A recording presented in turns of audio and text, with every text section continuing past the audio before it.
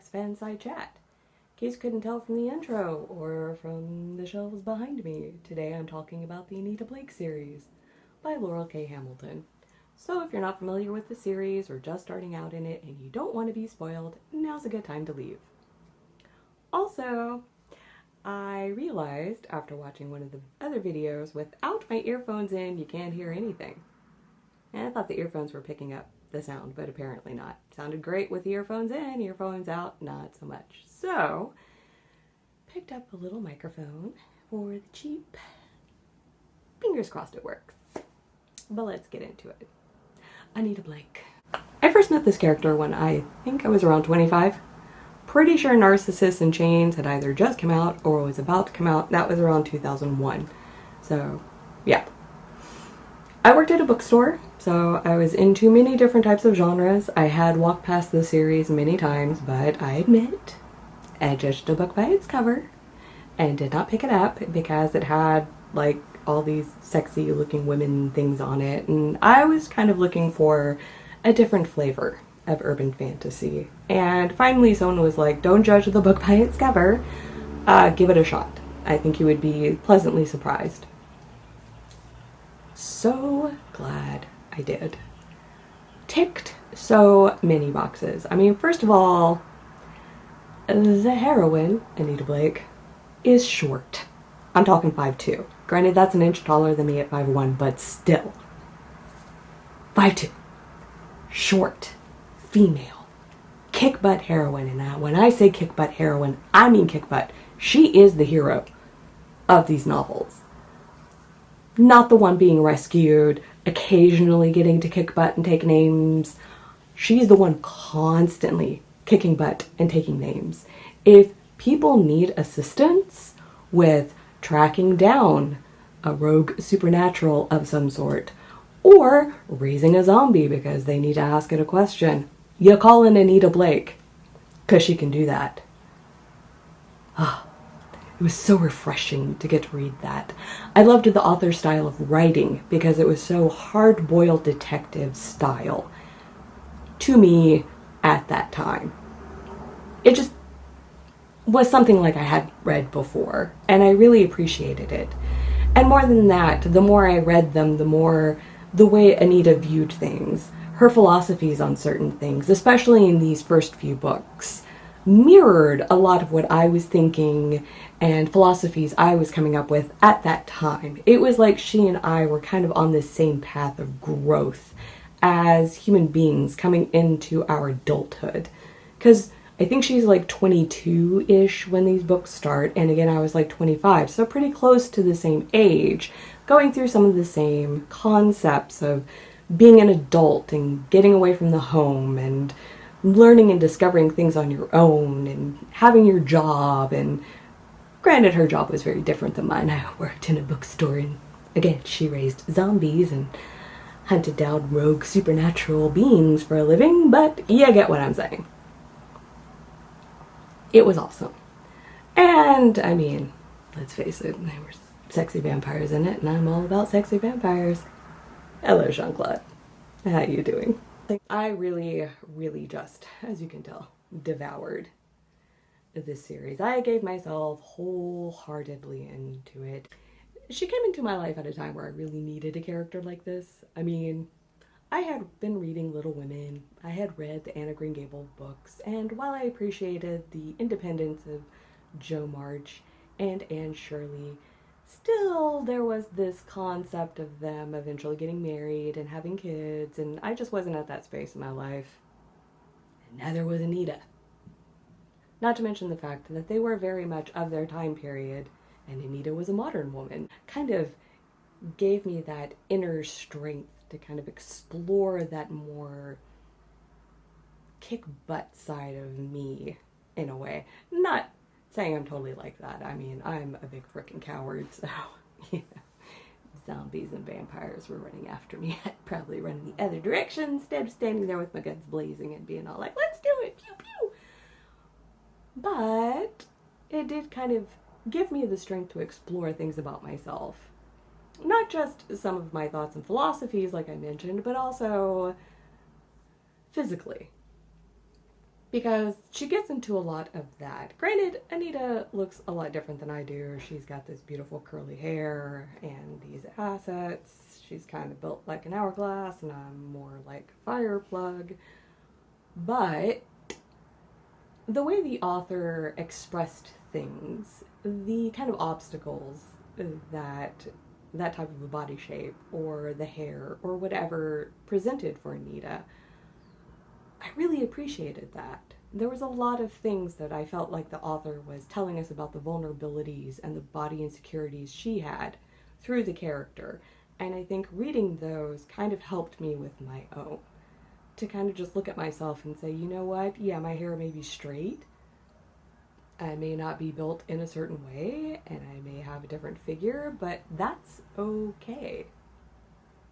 I mean, she's not the only character or the only person in my life who brought me to those conclusions, but definitely a part of that, and I really appreciated that.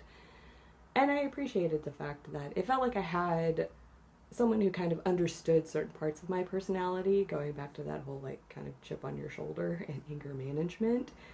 Sometimes it was hard for me to express what was really going on and why I was reacting that way, and I felt like Anita got it. I felt like she understood it.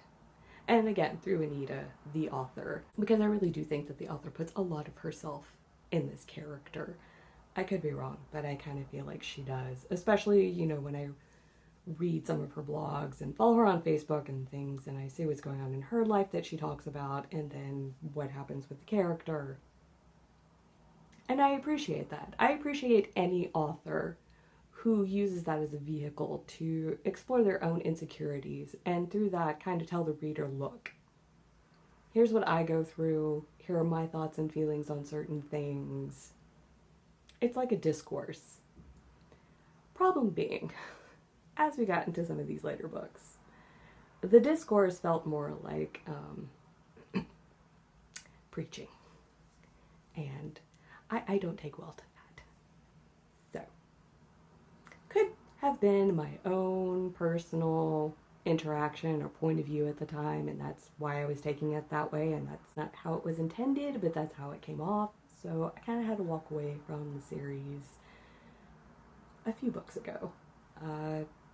But again, I still follow the author on social media. I still kind of check in to see what's happening with Anita and the gang, because I just loved these books so much. I still will suggest them to people if they read this type of genre of book. I will say, oh, you should give the Anita Blake series a shot. At the risk of sounding disparaging. Another issue I kind of had with it was there was a lot of things that kind of started to tip the scales in me not really being a fan, because most of these early books, there's a lot of plot, there's a lot of action, there's a lot of story going on, and that's what drew me in. We start to get into these later books, and it's more about the relationships, because she has several. And I'm not disparaging that. I got nothing against the way you want to live your life amongst consenting adults. So you want to be in a polyamorous relationship, you go for it. Doesn't affect me any. I don't care. That's your life. You live it the way you want. But I just kind of felt like the action, the plot, the character development was slightly being sacrificed to putting those things in. And again, it started to feel a little preachy to me, because I was kind of like, look, if I've read all of this, chances are that I'm on board with whatever you're doing with the character, and I'm not judging. I get it. Sometimes authors know that new readers will start in the later books of the series versus going to the beginning, and so you gotta get some points across down here, but it just started to get a little repetitive to me. Also, I was reading these as soon as they came out, so as you can tell, there's a lot of them. I think the other issue is I just burnt myself out. Let's talk characters. Another reason I walked away from the books is Micah. Micah, who I think shows up in Narcissus in Chains. I don't know why I don't like him. I never have. I don't trust him. Never have. Despite the way that he keeps trying to prove himself over and over again in the series, and is probably the one person who accepts Anita the most the way she is, outside of Jean-Claude, and some could argue maybe a little bit more than Jean-Claude, I still don't trust him. I keep waiting for the shoe to drop. And it makes it very hard when he keeps becoming more and more of a prominent character for me to read, because I'm like, oh god, there he is again. Again, don't ask me why I don't like him. I'm sorry, Micah fans. I can't explain it. It's just one of those things. Also, there's Asher, who at first I was really down with because he had that whole like Phantom of the Opera vibe going on. But now he just started to annoy me. And I was like, okay, when I start trying to write down your weaknesses so I can devise a plan to get rid of you with the fan fictions that I'm starting to write in my head, we know it's time to maybe walk away from something. Characters I love, though. Jean-Claude. Oh, Jean-Claude. Still in the top 10 of male characters that I love. I mean, you have to. He's Jean-Claude. I don't even know how to explain him. I think he's one of those characters that if he existed in real life and I saw him, I would be angry. I would be angry that something so beautiful existed in real life. Is that just a quirk with me? Does anyone else get that way when they see someone who's so attractive? You just kind of get upset about it? Like, come on. Nothing. Seriously? It's like you're photoshopped. And Edward. Oh, Edward. Problematic Edward. I don't know what it says about me that he's one of my favorite characters in this novel.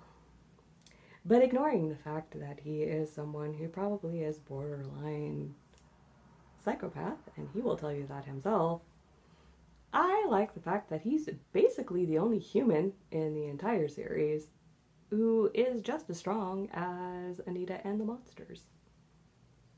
Because there's something to say for that. Because despite the fact that Anita is human, she does have capabilities. And as the books go on, she does become more and more of this base of power with vampires and lycanthropes, and she starts to exhibit more and more abilities. And Edward doesn't have any of that. At least not at the point in the books where I stopped reading it. He is strictly 100% human. And I think he's the only person in Anita's life, at least up to the point that I had read in the books, that she has not had an intimate relationship, and I kind of respect that. And I also respect the fact that he is probably the character she calls her soulmate. So the fact that they explore the idea of a soulmate without it having to be of a romantic or intimate nature is kind of nice to me, because I feel like, yeah, I feel like you can have soulmates without it being intimate or romantic. Also, a little side note about this author. I got into Comic-Con because of Laurel K Hamilton. She was going to be there signing books. I want to say this was around 2007. And I found out about it, and I was like, oh, I want to go down and get books signed by her. Who knows when she'll ever be back on the West Coast. Spoiler, she's been on the West Coast several times since then, so I have gotten the book signed multiple times, but I bought a ticket for Comic-Con, I think that week or the week before. I'm not even kidding. Hopped in my car, drove down, had friends who were already going to be staying there. They were like, yeah, sure, stay in our hotel room for a couple of nights. Explore the con. Went to the panel, saw it, loved it. Became obsessed with Comic-Con. But that's a whole other Fanside Chat. But it all started with Anita Blake and Laurel K Hamilton, so you have her to blame. Okay, so that's my quick little Fanside Chat of the Anita Blake series.